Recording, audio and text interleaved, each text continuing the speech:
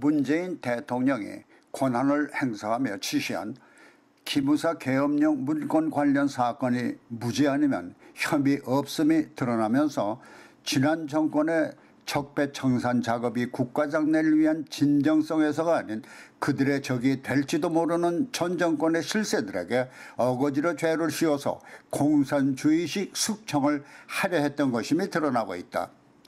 그러나 더 심각한 문제는 가혹한 정략적 수사 지시로 아까운 인재들이 스스로 목숨을 끊었다는 것이다.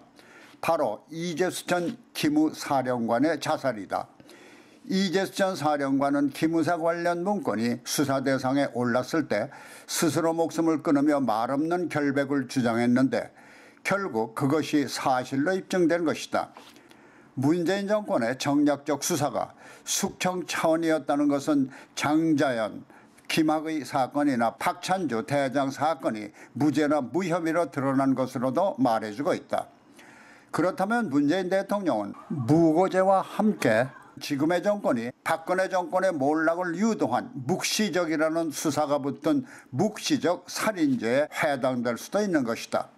그것은 이재수 전 기무사령관을 죽음으로 몰아가도록 유도했기 때문에 묵시적 살인죄에 해당된다는 것이고 처벌의 대상이 될 수도 있다는 것이다.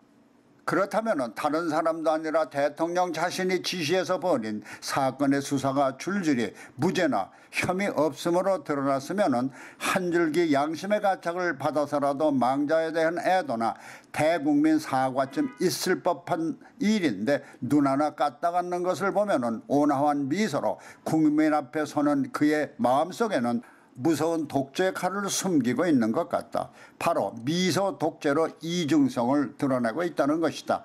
하기야 문재인 정권의 독재성은 출발부터 드러냈다. 문재인 정권은 취임 초 한미동맹 등 안보를 굳건히 하고 국민 통합과 함께 통합의 정치를 펴나가겠다고 다짐했다. 그러나 이 다짐의 기억이 채 사라지기도 전에 국민적 합의가 필요한 국정교과서 폐지와 임을 위한 행정국 재창 등을 말 한마디로 결정함으로써 내가 알아서 하니까 국민들은 잠잡고 있어 하는 식의 첫 독재성을 선보였다. 그 후 국가장래를 위한 정책 결정에도 전문가들이나 국민적 합의가 아닌 정권과 코드나 이념이 맞는 몇몇 비전문가들의 의견만을 존중해 결정해온 것이다. 그 좋은 예가 바로 원전산업 폐기와 최저임금 폐기다. 이 두 정책의 피해는 가중되고 있는 실정이다.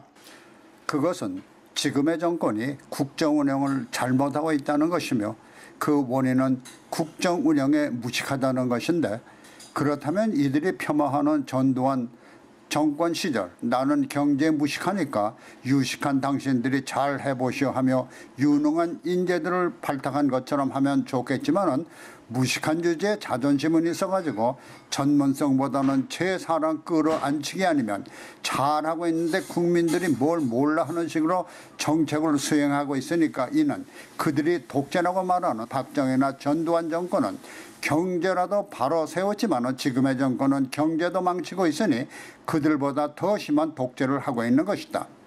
그래서 말인데 지금 정권의 무식한 독재가 앞으로 남은 몇 년 동안 얼마나 더 국가를 망칠지 한국민들은 고민일 것 같다.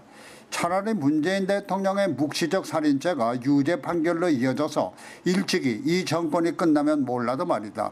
아니면 지금이라도 스스로 물러나는 길을 택한다면 그가 공헌해온 한 번도 경험해보지 못한 나라의 긍정적 표본을 보여주는 것일 수도 있다.